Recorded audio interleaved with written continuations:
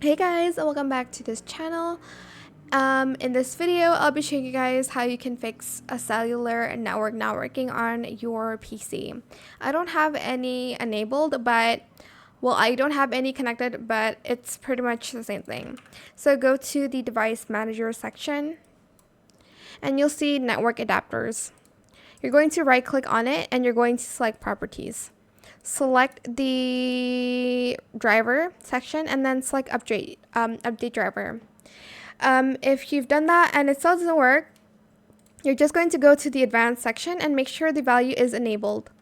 Once you're done, just press OK and it should be in your network settings. That is how you can basically fix that problem on your Windows.